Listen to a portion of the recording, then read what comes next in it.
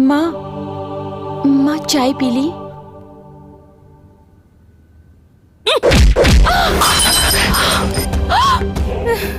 शक्कल शक्कल कार मुख देखे नीलम। अरे मनूस, हाँ? तोर हिम्मत कैसे भइल रे सवेरे सवेरे हमरा पास आवे के? हाँ? अगर तोरा वजह से ना आज अगर हमार दिन बेकार गइल ना तो सोच लिए। चल मुंह ढक, मुंह ढक।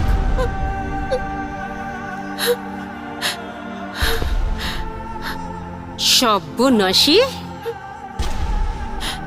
अरे तोर साया भी जेकरा ऊपर पड़ी ना ओकर विनाश हो जाए। अरे तोरा जैसा अभागन के ना मर जाए के चाहिए। और आखिर जी के करबे करे है? और अगर तोरा वजह से हमरा के तन को आज तकलीफ भइल ना तो हम तोरा के जिंदा जला दे। चल निकल हमरे कमरे से। रुक, पहले ही गंदगी साफ कर, ठीक से तन को कुछ न रहे के चाहिए। आमी तोर जीवन निये नेबो। चल।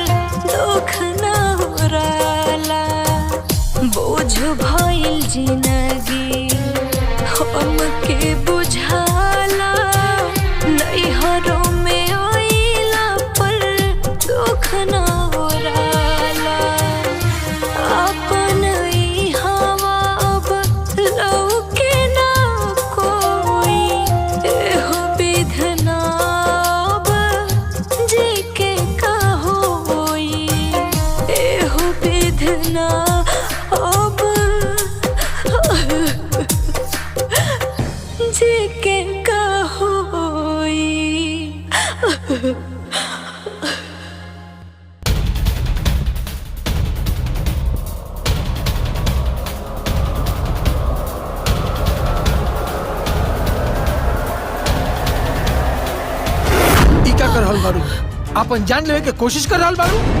हमके मर जाई थी बाबूजी, हमके मर जाई थी। इस देखी हमरा खातिर बोझ बन गइल बा। आखिर हम जी के का करब? घर समाज के सबके तना सुन के हम थक चुकल बानी बाबूजी। हमरा के मर जाई थी।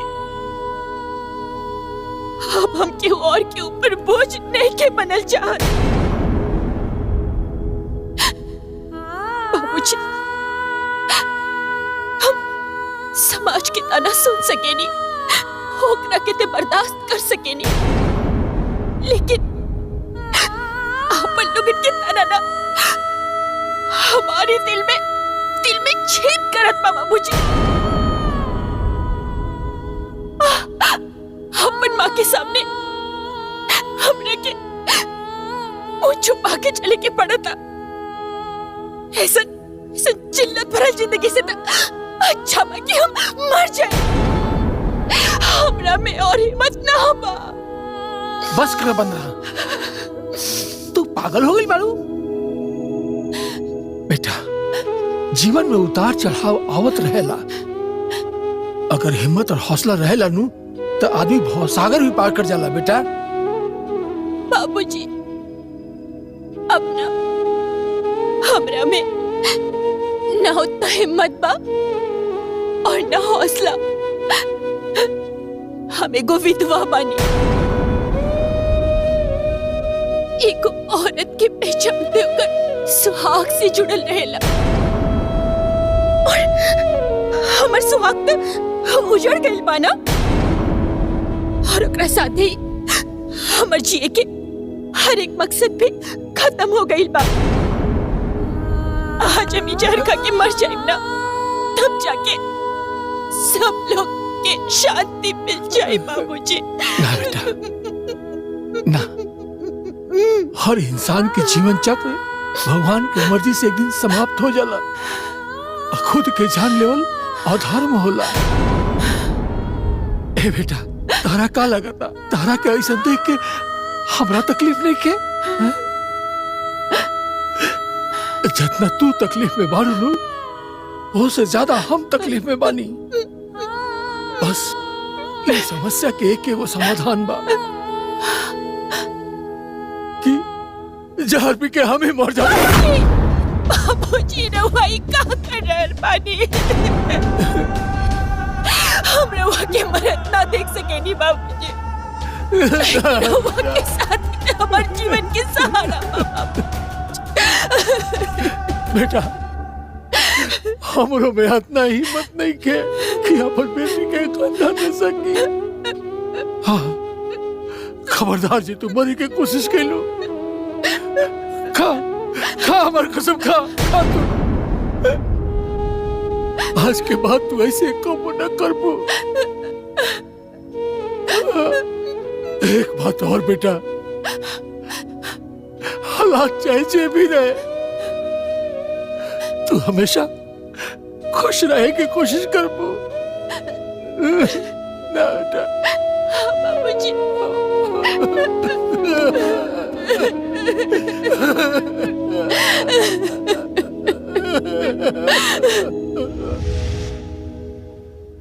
अरे बड़ा भूख लागल बा।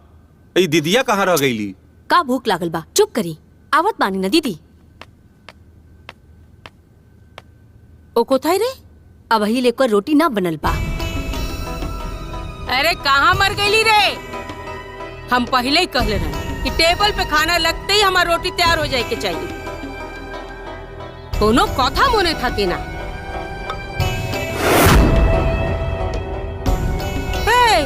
ई का ड्रामा बा? मुंह काहे कोले बड़े? हमरा से कैसन पर्दा? ने का? माँ, रउआ ही हमरा के हिदायत देले बानी ना कि हमरा जैसन अपशगुन के चेहरा देख के राउत दिन खराब हो जाला। ए, तेज मत बन, न तो मार के ना लोला कुछ। हम तोरा से का कहले रहनी रे कि सवेरे सवेरे अपनी मनहूस चेहरा हमरा के ना दिखाइए। किछ ढुकलो माथा है? अरे दीदी छोड़ी ना, बैठ के खाना खाए। बैठी। दा रोटी दा। बस एक हो।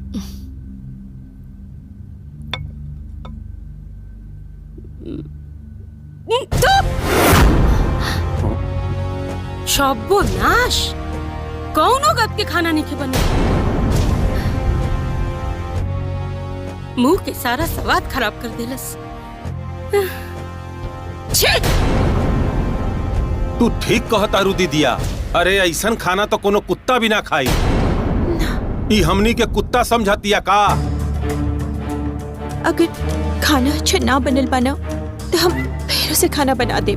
आभार राम ना होबे? हाँ? फिर से खाना बनी? ई दोबारा खाना बना के हमके कंगाल बनावल चाहता रे।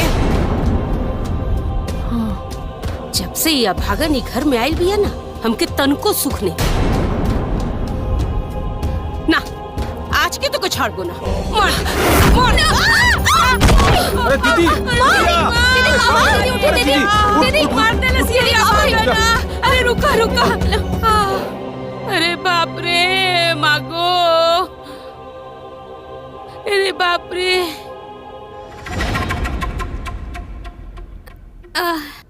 अरे एक तो जोरे मालिश करना। तोरा हाथ में दम नहीं खे का? तोरे वजह से भइल बा कल मुही।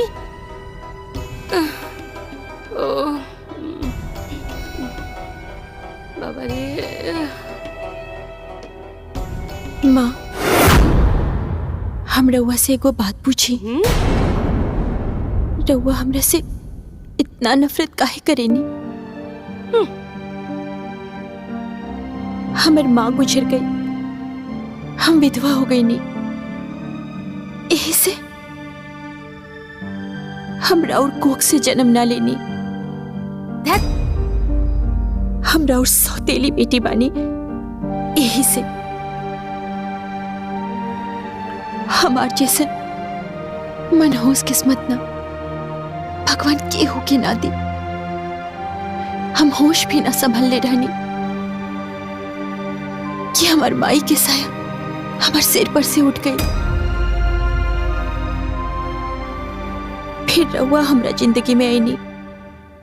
सोचनी कि रउआ हमरा के हमार माई जैसन प्यार दे, लेकिन पता ना काहे बचपन से रउआ हमरा से खाली नफरत ही कईनी।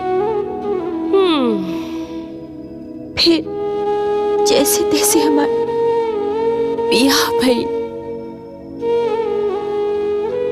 और सोचनी कि नैहर के सगरो दुख ससुराल में खत्म हो जाए, पर अफसोस हमर सुहाग छिन गई। भगवान सबसे ज्यादा दुख में हमार जिंदगी के डाल देले बानी। हमार जीवन ऐसे अंधकार में बीत रहल बाना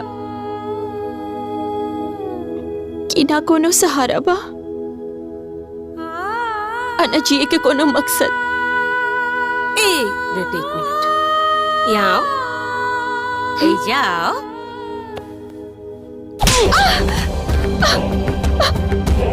का रे हैं?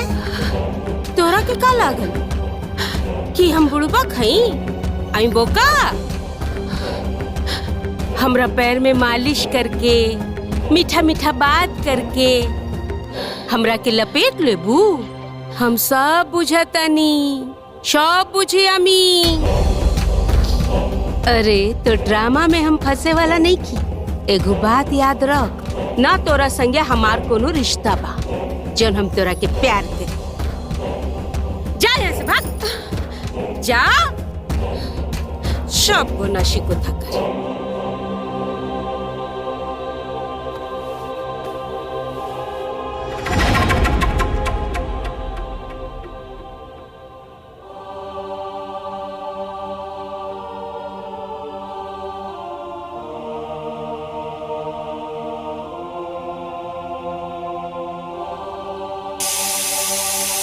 बाप रे, कुकर सीटी दे देला, कहीं चावल जल न जाए। हम जाके गैस बंद कर देता नहीं, फिर आयरन करब।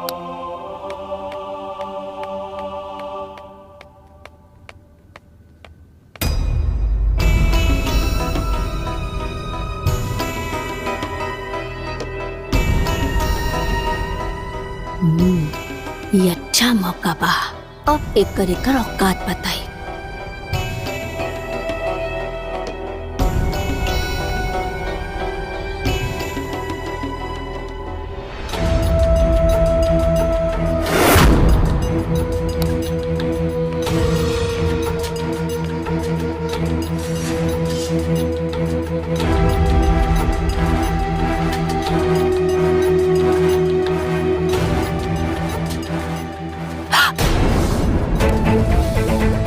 भगवान, हम तो आयरन के बगल में रख के गई रानी और स्विच भी ऑफ रहे, तो ये साड़ी जल कैसे गई?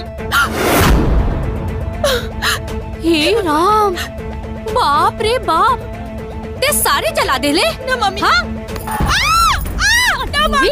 कुलक्षणी, हाँ ते दीदी के इतना महंगा साड़ी जला देले, हाँ तो आँख में मोतिया बिन भइल बा का? हाँ रुक दीदी, ए दीदी जल्दी आई, रुक तो के नहीं मम्मी। ए दीदी है चेक का भाई, देखी ना राउर इतना महंगा साड़ी जला देले सन।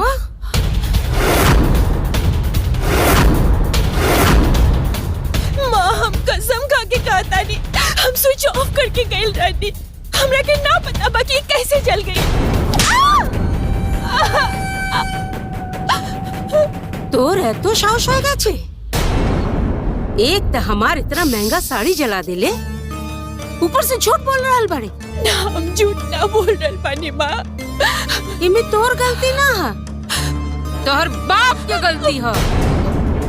तोरा जैसन मुसीबत के ला के हमरे कपारे पे बैठा देला सा।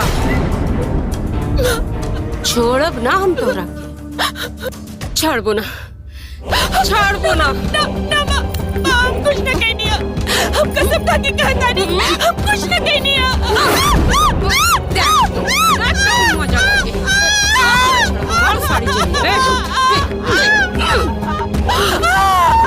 ऐसा लगा था।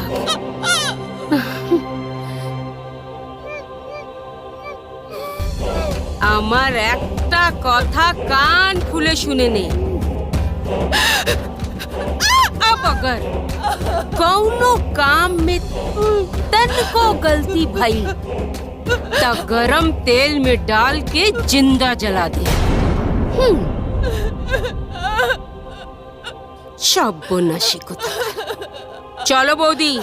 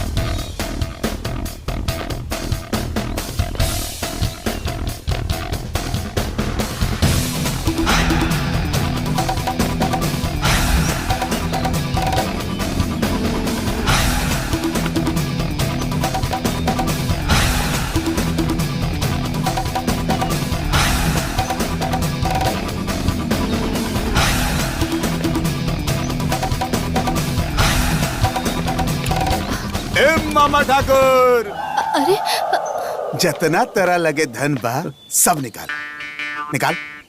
जग्गा डाकू के तोहरा पर बहुत दिन से नजर रहे, पकड़ में तू आ जाए। चल निकाल। जग्गा डाकू, अरे आज इनका फिर दौरा पड़ल बा। दीदी दीदी दीदिया, ए दीदिया, दीदिया, ए दीदिया। तोहरा के तो हमरा से तोरा बाप ना बचावे पड़ी है, तार दीदिया का करी है? चल निकाल माल, सब माल निकाल। चल चल निकाल निकाल सब, चल निकाल। अरे हमरा लगे कुछ नहीं खे। बैठ बैठ बैठ, लाओ चल निकाल निकाल। हमरा लगे कुछ नहीं खे। अरे हम तो खुद दीदिया के टुकड़ा पर पड़ता नहीं। ससुर दीदिया के पैसा पे पलाप पसात बने तब काहे इतना बन ठन के बैठल बड़े रे? अरे कुछ नहीं दे। चल बैठ बैठ चल बैठ बैठ बैठ लाओ लाओ लाओ लाओ लाओ लाओ दे। करनी ना धरनी नाम बस सुहरनी इतना बन ठन के बैठल बाड़ी हीरोइन बाड़ी तू चल निकाल दीदिया निकाल। ये सब हमार बा। अरे तहार बात तो अब हमार हो गई निकाला।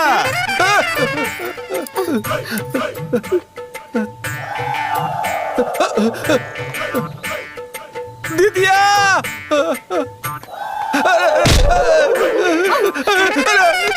अरे बाप रे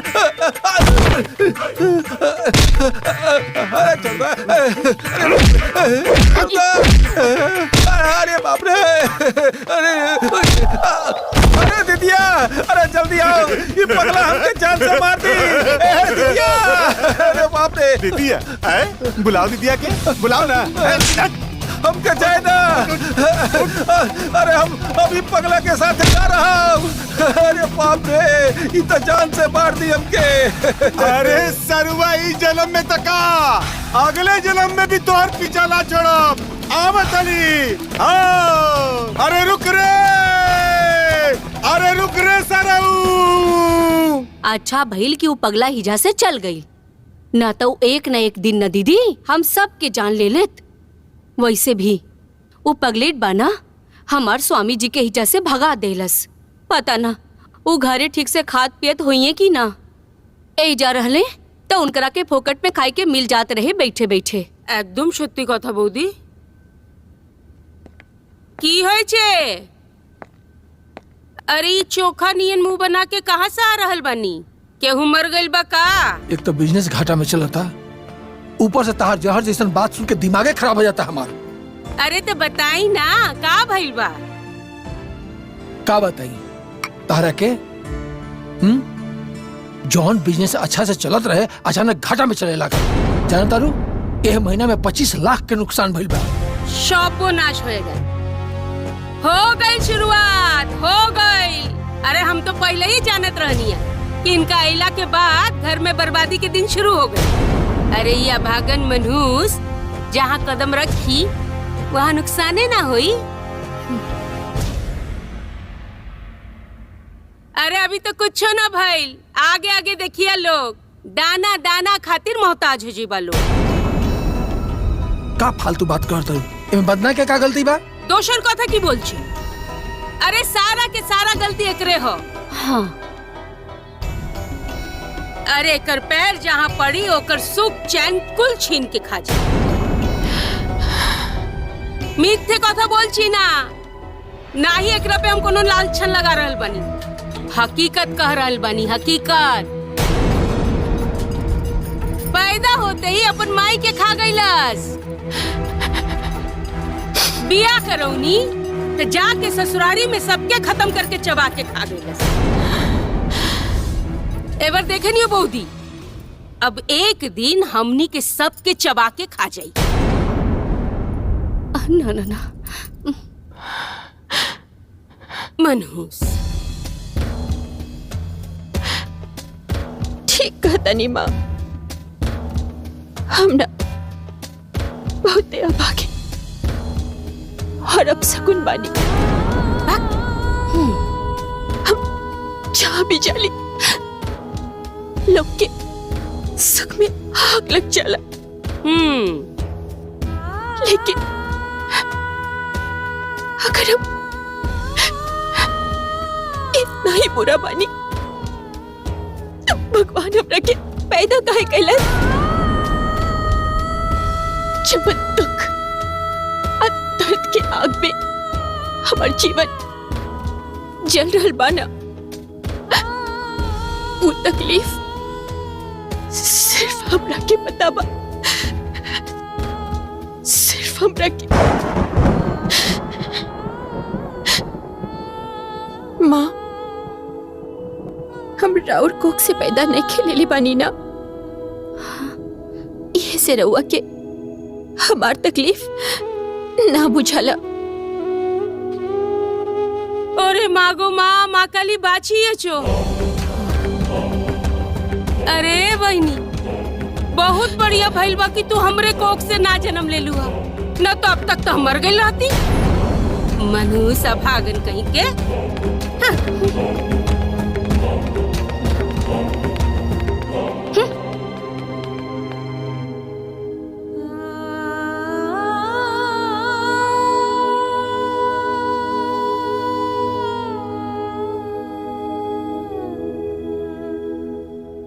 देख लेली दीदी, भैया के अपन बर्बादी नजर ना आ रहल बा।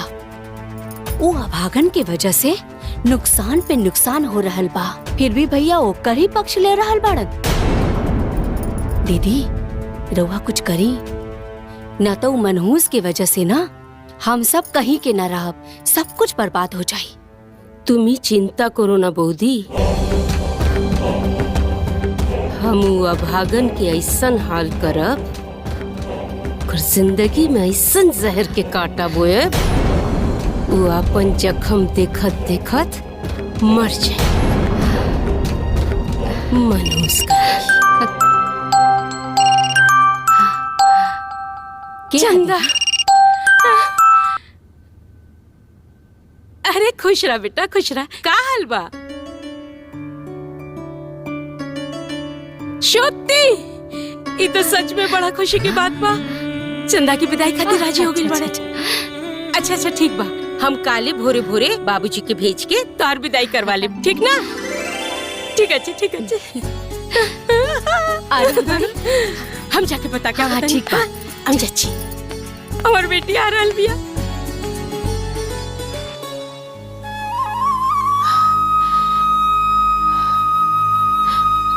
घर में केहू कतनो कुछ कहे, कतनो कुछ बोले, कोनो बात के ध्यान मत दिया।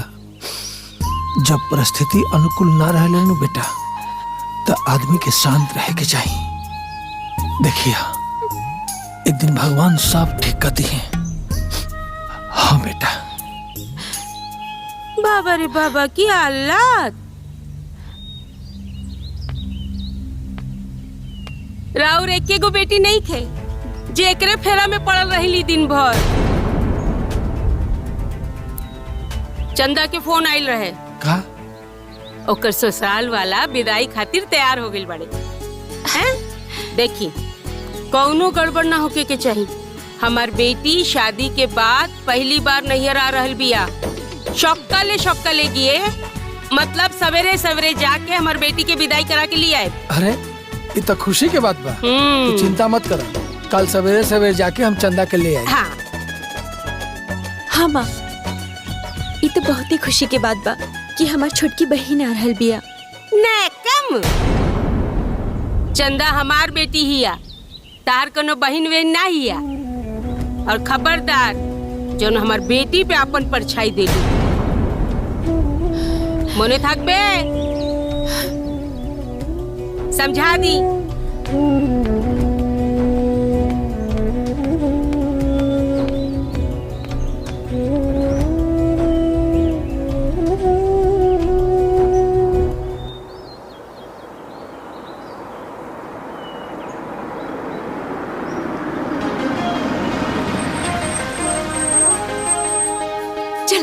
चलो माँ गोड़ लगा तानी। अरे खुश रहा, खूब आनंद थाको। हमार बिटिया के केहू के नजर ना लागे। रुका ऐसा कैसे उतरता रू? अरे हमार लक्ष्मी बिटिया आई है, पहले नजर उतारा, फिर फूल बरसाई, तब ना भीतर लेके जाए। हाँ ए ना बोती एटा धरो।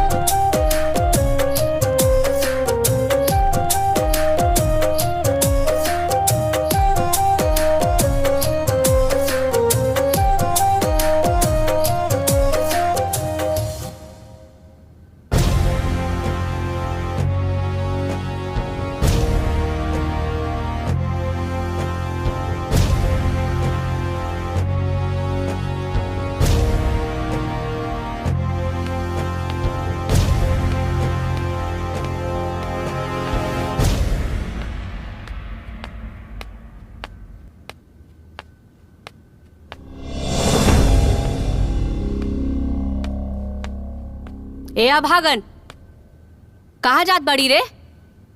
कपड़ा सुखावे जा रहल बानी। कपड़ा उपड़ा ना बाद में सुखा ली है। चल पहले ही जाओ, चल जल्दी आ, बैठ। और ये नाखून पालिश ना हमरा पैर में लगाओ, ले जल्दी लगाओ।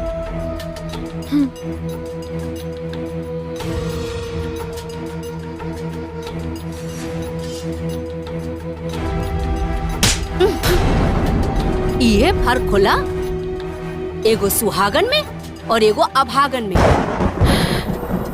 हमरा के देख ले, हम तो सोलहो सिंगार कर सकतानी, बाकी तोहरा नसीब में ई सब नइखे, काहे कि तू एगो विधवा अभागिन बाड़े। और तोहरा के पता बा कि सफेद साड़ी एगो विधवा के काहे पहनावल जाला? काहे कि सफेद कपड़ा एगो लाश के ढकल जाला, ओढ़ावल जाला, और ते एगो जिंदा लाश बाड़े, लाश। चला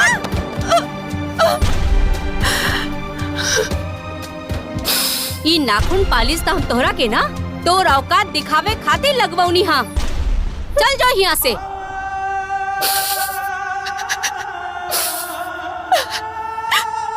और जल्दी बंद कर एकरा के, दिमाग खराब कर लिया।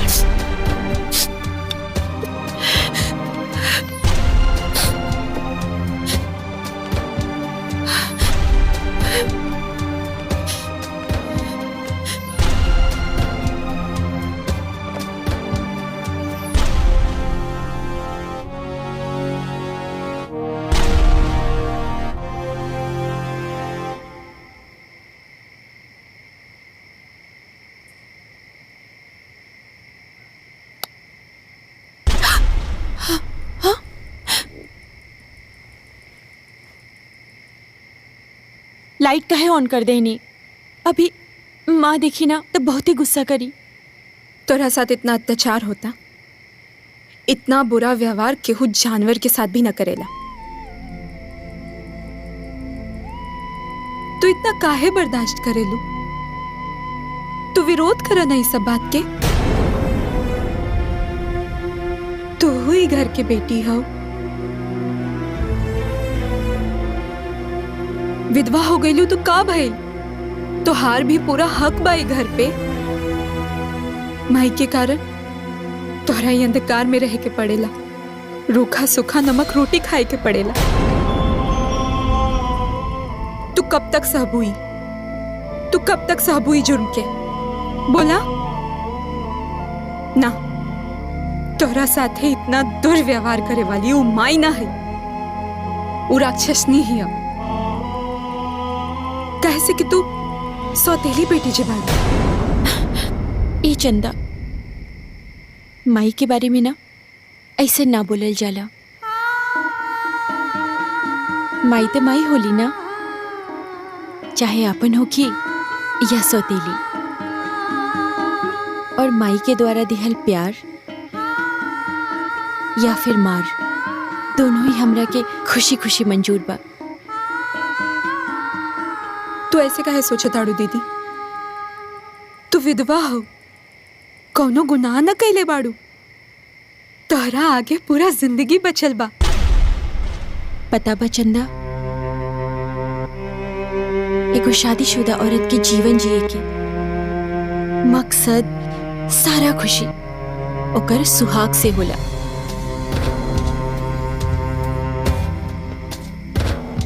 मगर अभागिन बल्ला के बाद ना सब कुछ खत्म हो जाला। शरीर में सांस तो चलेला, मगर ये आत्मा ना मर जाला। एगो विधवा औरत के सारा इच्छा, प्रेम, होकर जीवन, सब कुछ होकर पति से जुड़ल रहेला। और मांग गुजर जाला के बाद ना पति के साथ सारा खुशी मिट्टी में उहे दफन हो जाला। एगो अभागिन के पास बचेला ना तो सिर्फ समाज के ताना, अपमान, दुख, पीड़ा और खालीपन। ए चंदा, तू यहाँ से चल जा, न तबाई देख ली ना तो हमारी पीड़ा और बढ़ जाई। हम जैसे भी बानी, जैसे जी रहल बानी, सब कुछ ठीक बा। तू हमरा के हमारे हालत पे छोड़ दा, तू यहाँ से चल जा, चल जा चंदा।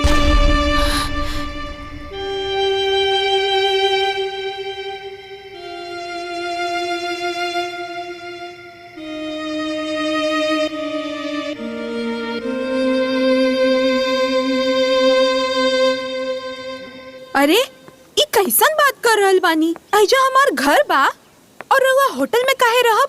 हम कुछ नहीं खे जानत। जबले राउर काम खत्म ना हो जाए, बिना संकोच के रउआ हमरा घर पे रहब, ठीक बा? की होलो? हाँ, का भइल? केकर फोन ह?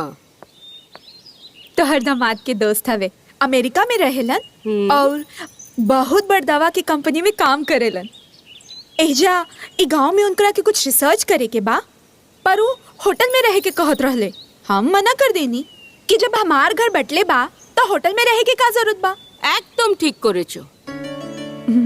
पर तू इजाजत दे दे तो ता। एते जियेश करर की आछे, इजाजत के कोनो जरूरत नहीं के। अरे दामाद जी के दोस्त बाड़न तो दमादे जी ना भइलन। देखे ना, एकदम बुला। अरे इतना बड़ा घर बा तो होटल में रहे के का जरूरत बा? एटा की ठीक हवे ना? बुला ला। ठीक बा माँ, हम उनकरा के बता देता नहीं। हाँ ठीक बा।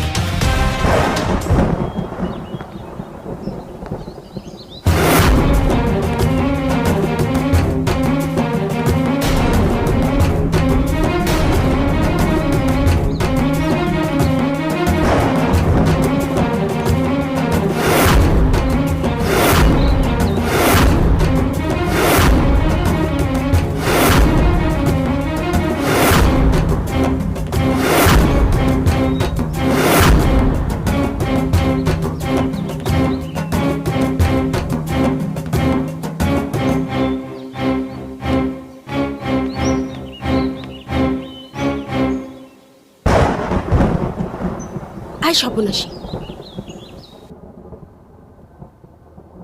मेहमान कैसे काहे दरवाजा पे खड़ा करके रख ले बाड़ू? हटाओ जैसे। माई,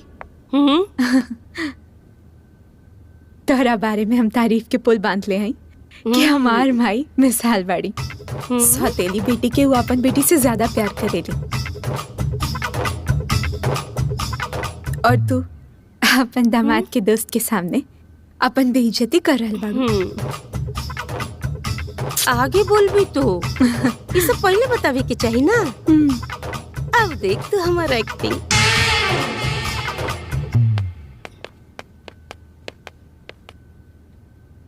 बिटिया, मेहमान भगवान के समान होला, ऊपर से दामाद जी के दोस्त बड़न।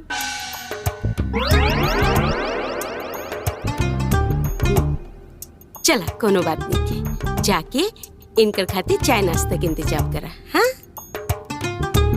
ताड़ाताड़ी। जी।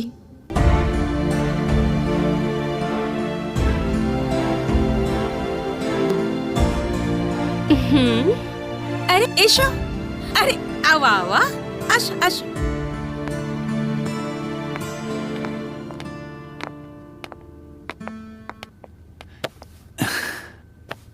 शुक्रिया माँ जी। रहुआ के बारे में हम जितना सुले रहनी ना, रहुआ उसे बढ़ के बानी। रहुआ एकदम देवी के रूप बानी, देवी के रूप। अरे बाबा, ताई ना की अब तू हमरे बारे में ऐसा सोचेला? हमार मतलब बा, आवे में कोनो तकलीफ तो ना भइल ना? कैसन बात कर रहल बानी माँ जी? रहुआ के रहते हमके कोनो तकलीफ हो सकेला का? हाँ? बहुत अच्छा कहनी है जाके। अब जब तक तोहार काम न खत्म हो जाए तू ही है रह हमारे घरे। रहुआ सभी के तहे दिल से शुक्रिया, वरना आज के जमाने में एक अनजान आदमी के अपने घर में के रह के देला? हाँ? ओरे बाबा, এটা তোমারই ঘর। হ্যাঁ, তুমি আমার জামাইয়ের মতন। हाँ? अरे रे, एके अपन ही घर समझा। ओह, और वैसे भी तू हमार दामाद जैसन बाड़ा। ओह। तोरा के जब तक मन करे तब तक ऐसे रहा। थैंक यू माँ जी।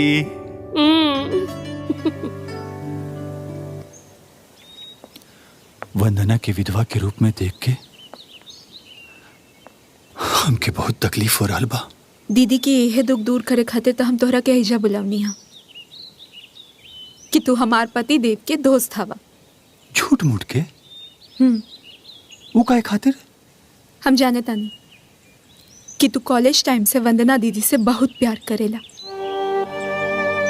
पर कहीं ना कहीं दीदी के डर के कारण तू अपन प्यार के इजहार न कर पावला।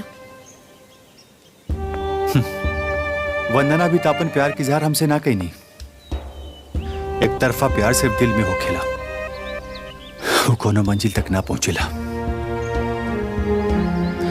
फिर वंदना की शादी हो गई और वो अपने जिंदगी में आगे बढ़ गई नहीं, और अब हम भी अपने जिंदगी में आगे बढ़ चुकल बानी।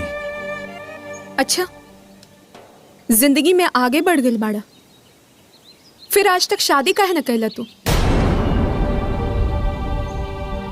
हम अच्छे से जानत तानी कि तू आज भी वंदना दीदी से बहुत प्यार करेला। सिर्फ हमरा प्यार केला से का होके वाला बा? जब प्यार के अपन प्यार ना मिलेला ना, तब बहुत तकलीफ होखेला। पर प्यार में हार मानल जाला भी तो तकलीफ देवेला ना।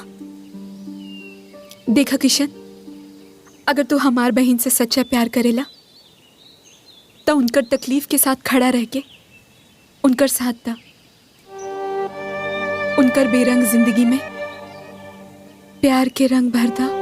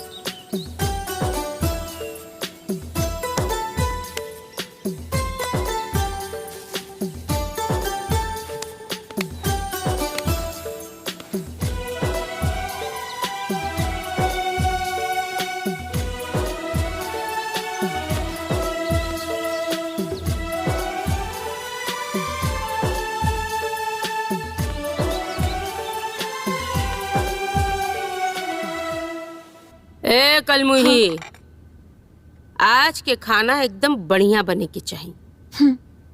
तनको कमी भइल ना तोर खाल खींच ले, जीवन शेष करे देबो।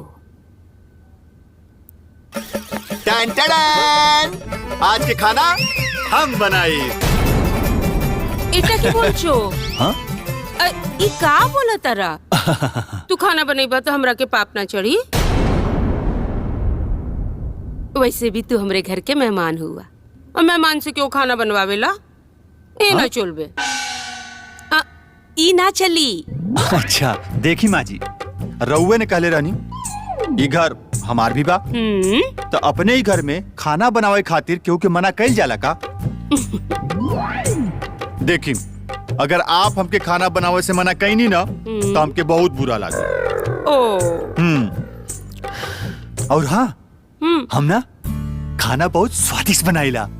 अच्छा। हाँ, और हमरे हाथ का खाना जे भी खाला ना, ओके बहुत आनंद आवेला। और अगर रउआ सबे के आनंद आई तो हमके भी खुशी मिली ना। अच्छा अच्छा ठीक है,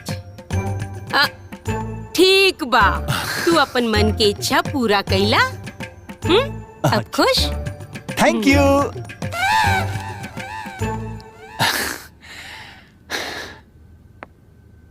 दाड़ा, तू कहाँ जाता रू? जाके खाना बनावे में इनकर मदद करा। कौनो गड़बड़ ना होके के चाहिए जी, ना ले जानिस तो मके।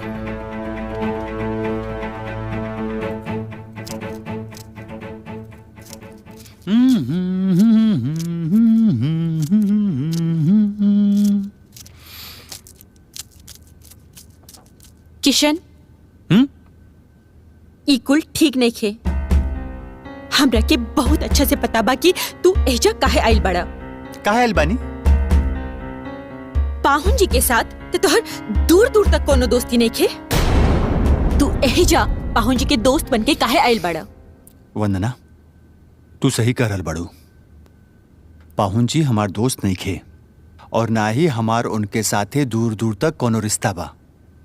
एजा हम तोहरे खातिर आइल बानी। हाँ? और कारण आज हम तोके नहीं खे बता सकें। देखा किशन, हमार जिंदगी पहले से बहुत मुश्किल में बा, एकरा के और मुश्किल में मत डाला। वंदना, तोके हम वही मुश्किल से तो निकाले खातिर आइल बानी। हम भगवान से दिन रात प्रार्थना करीला कि तोके दुनिया के हर खुशी मिले, और हमके तू।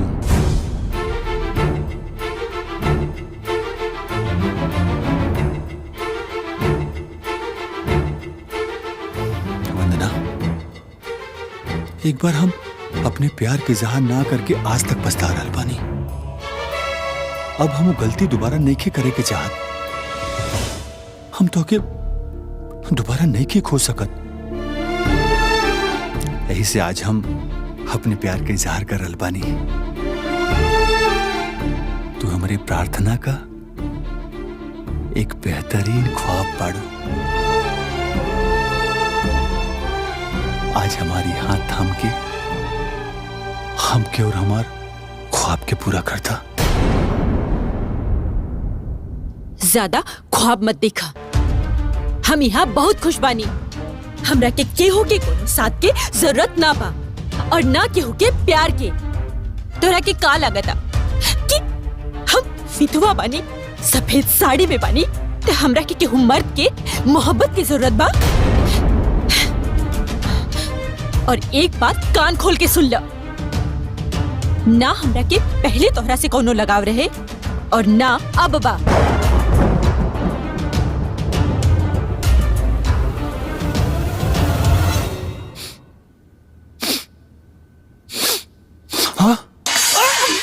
तू पागल हो गई बड़ा?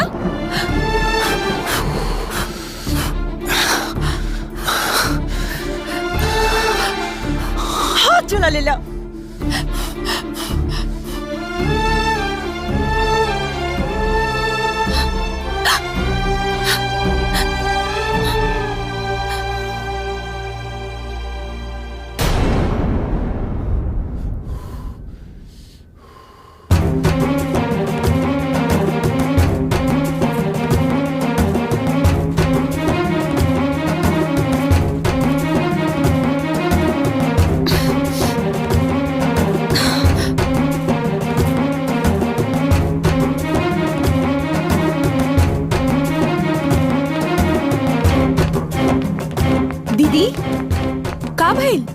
इतना परेशान काहे बाड़ू? ई रमल हम जाके अपन दोस्त के हाथ में लगा दो। खाना बनावे टाइम ओकर हाथ जल गई रहे।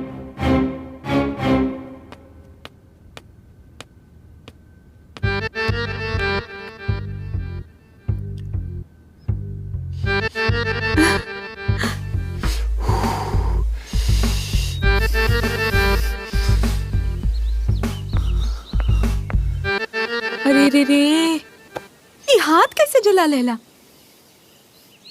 हाथ जले के करा के फिकर बा। यहाँ तब हमार दिल जल रहा बा। का भाई ऐसे काहे बोलत बाड़ा? वंदना हमसे साफ साफ कह देली है कि ना तो हमसे वो पहले प्यार करत रहली, ना तो अब प्यार कर सकेली। उनकरा के हमसे कौनो लगाव नहीं के। दीदी के तोहरा से कितना लगाव बा ई साफ साफ दिख रहा बा। कैसे? तोहारी दर्द देख के वो बेचैन हो गई।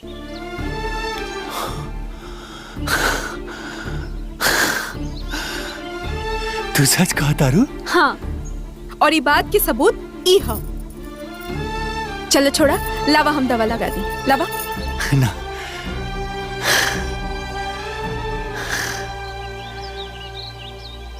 वंदना के दिल में अपन प्यार जगावे खातिर ना हम ऐसे हजार दर्द सा सकीला चंदा।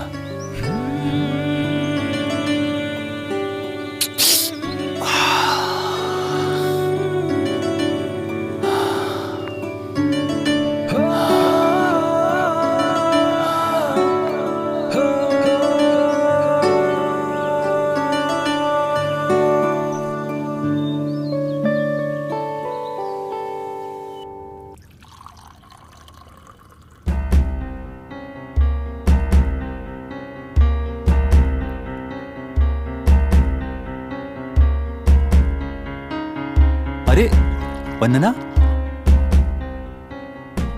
बैठा ना तो हूं खा।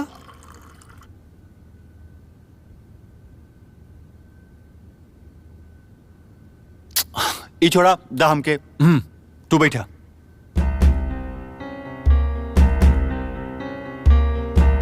हम बाद में खा लेब ना, हेरो वालों खाई। अरे बाद में काय खेबू? सब जने खात बड़े साथे में बैठ के खा। बैठा। अरे अम्मा जी, अब रहुए बोली ना कि यह बैठ के हमने के साथे खाएं। बैठा बैठा।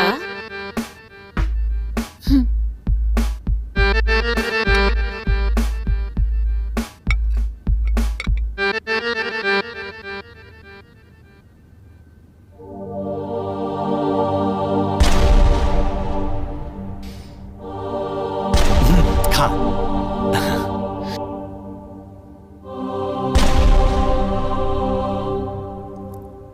अरे खा, का इतना सोचत बाड़ू? खा।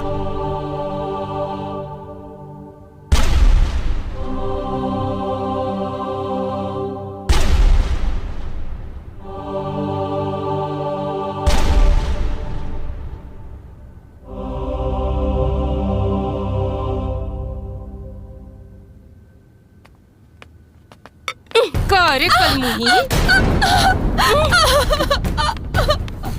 जब से ई किसनवा आइल बा तोहरा के कुछ ज्यादा समझ में आ रहल बा। बेशी बुझेश ना माँ, आखिर हम खुद के हम काहे समझब? ता तोड़ औकात कैसे भइल रे? हमरा लगे टेबल पर बैठ के खाना खाए हैं? शाउश बाचे ना माँ, हम अपन मर्जी से ना बैठले रहनी। हम तो किशन के दबाव में। कौना चीज का दबाव है? हम के शिकचिश हाँ? ते बहाना ना बना सकत रहले, मना ना कर सकत रहले। हाँ? ना तू उछल के आके हमरे बगल में बैठ गई ठू से खातिर।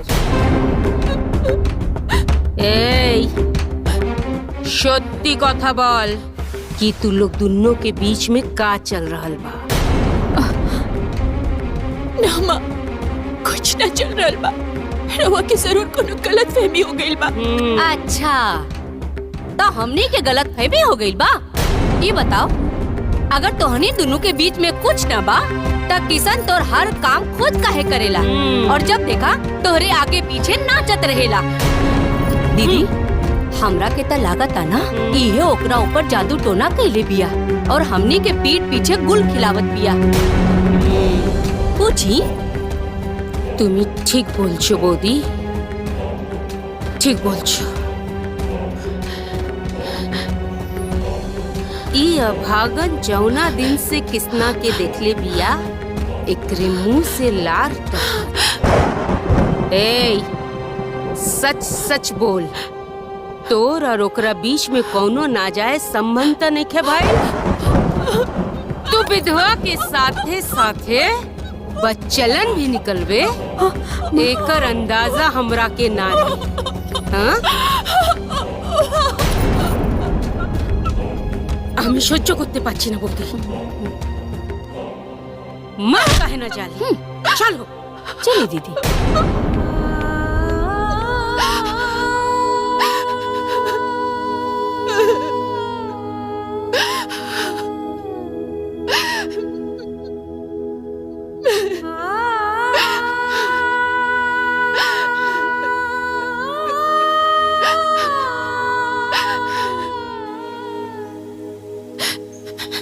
तोर और ओकरा बीच में कौनो नाजायज संबंध त नइखे भाई? तू विधवा के साथे साथे बच्चलन भी निकलवे, एकर अंदाजा हमरा के ना रही।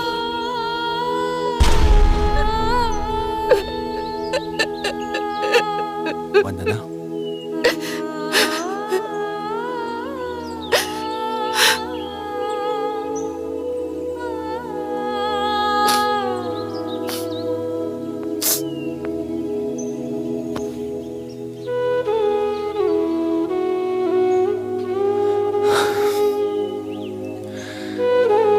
हम तोहरा के और तकलीफ में ना देख सकेनी।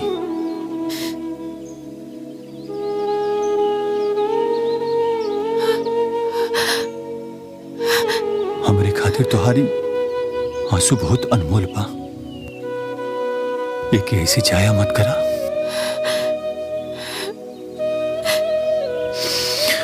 हम तो के जिल्लत भरी जिंदगी से बाहर निकाल के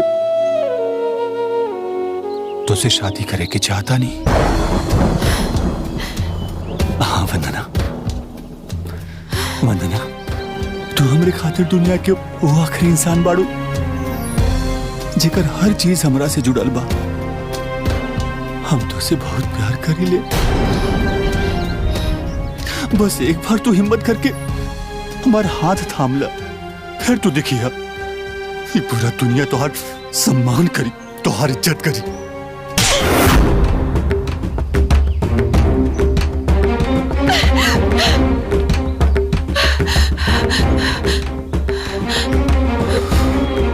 अरे कवन इज्जत, कवन प्यार।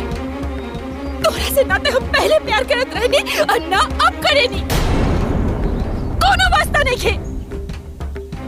तोरा वजह से हमारी बचन कुचल इज्जत भी नीलाम हो गई। तोरा से हम कब करनी है? हमरा की तो हर जरूरत बा या हमरा की तोरा से प्यार बा? तू हमरा की विधवा के रूप में देख के हमरा के कमजोर समझ लेला ना। आज सिर्फ और सिर्फ तोहरा वजह से हमारी सफेद साड़ी पर दाग लग गई। आज हम खुद की नजर में गिर गई नेहा। अरे वंदना, ऐसा काहे कर रहल बाड़ू? देखो, हमारी इरादा गलत नहीं के बा। हम तो से शादी करे के चाहता नहीं और इज्जत के साथ तो के अपने घर ले जाए के चाहता नहीं। अरे कवन प्यार, हमरो के ना तो और प्यार चाहिए और ना ही साथ। तोरा वजह से हमार चरित्र पर आज उंगली उठल बा और हमरा की यार की मंजूर ना बा। हमरा की हमार हाल पर छोड़ दा, छोड़ दा। वंदना, अब हमरा के अपन माथा पर और कोनो कलंक ना जाए। वंदना एक बार हमारी बात तो सुना। तू यहाँ से ना जेबा तो हमर मरल मुंह देखबा। तू यहाँ से चल जा।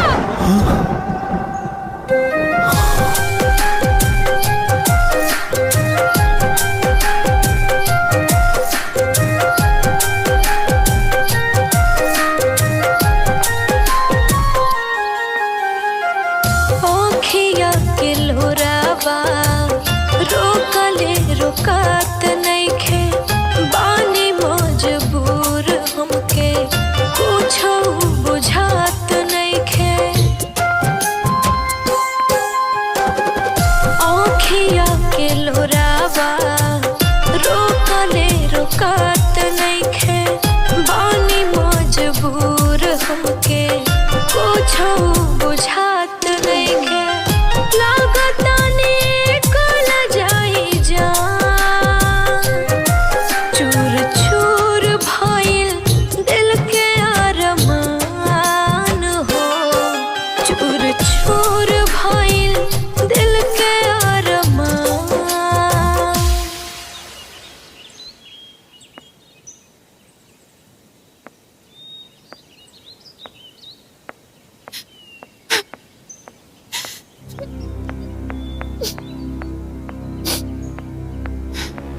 वाह दीदी वाह।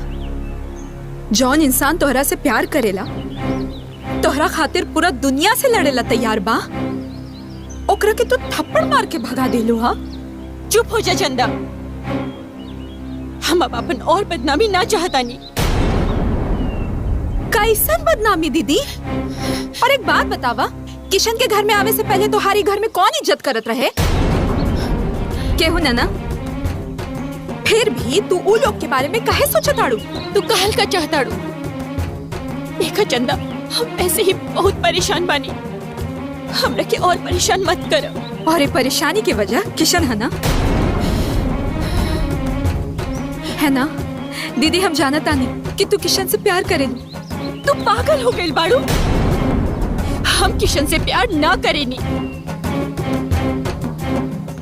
हम अगर किशन के प्यार कबूल कर लेनी ना, इस समाज हमरा के उल्टा कही, कुलक्षणी कही, हमारी जिंदगी बर्बाद कर दी, नर्क बना दी। और हम हरगिज न चाहब कि किशन की जिंदगी बर्बाद हो जाए, और जिंदगी नर्क बन जाए। भले ही हमार पूरा जिंदगी किशन की याद में होकर मोहब्बत के विरह में बीत काहे न जाए, लेकिन किशन की जिंदगी हम नर्क ना बना सकेनी। हम ओकर जिंदगी बर्बाद ना कर सकेनी।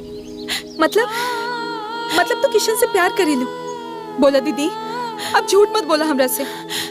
तुम्हारी बेचैनी बेसुकुनी चीख चीख के कहा था कि तू किशन से प्यार करेलू। हाँ चिंता, हाँ हमने किशन से प्यार पा। हम ओकरा से बहुत प्यार करेनी, बहुत प्यार। लेकिन समाज के ना हम दोनों के ही प्यार कबो मंजूर ना हुई। हम ओकरा के दुख ना दे सकेनी। हमनी दोनों के प्यार के कौनो मंजिल नहीं के, कौनो मंजिल नहीं के चंदा। ऐसे एक दूसरे से दूर रहे में भलाई बा, काहे कि ई समाज ई रिश्ता के कबो ना अपना सकेला, कबो ना अपना सकेला। बस एक बार हमारा हाथ थाम के तो देखा।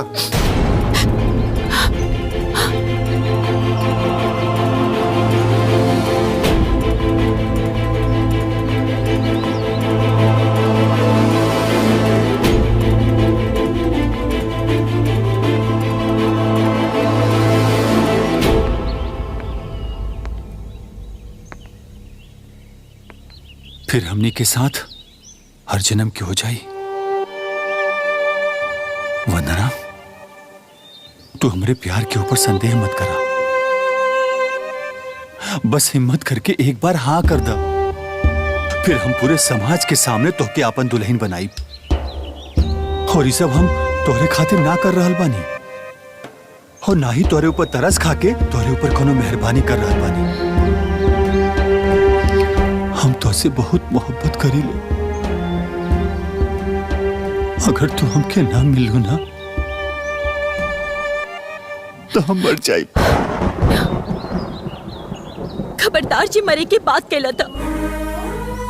तो हर एक सांस हम रखा दे अनमोल बा किशन। वंदना, हम तोहरे हर एक सांस में अपन सांस जोड़ के जिए के चाहता नहीं। हमार मोहब्बत अपना के हमके जिए की इजाजत दे दा।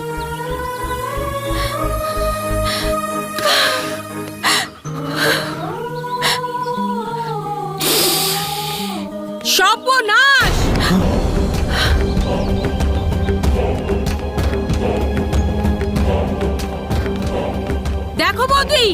देखो बौदी केमन लीला चलছে গো।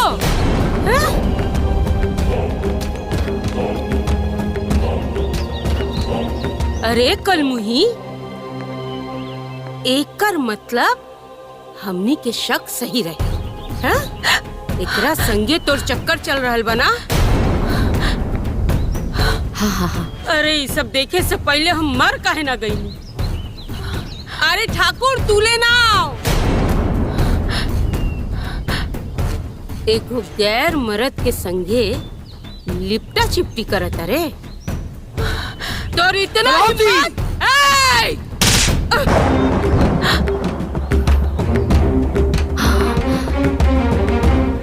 ई हमार बेटी हिया, तार नौकरानी ना, समझ लो। आज से हम अपन बेटी पर ना जुल्म होके देम ना लांछन लागे देम। अब हमरा समझ में आ गई कि दुनिया में सौतेली माँ पे लोग विश्वास काहे ना करेला। काहे कि हर सौतेली माँ तारा जैसन होत होगी सब। एक बात और सुन ल कलावती, आज से हमारी बेटी आपन जिंदगी अपना हिसाब से जी, तारा हिसाब से ना, समझ लो।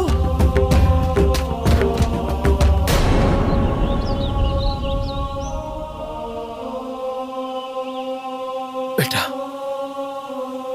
ये रिश्ता हमरा मंजूर बा।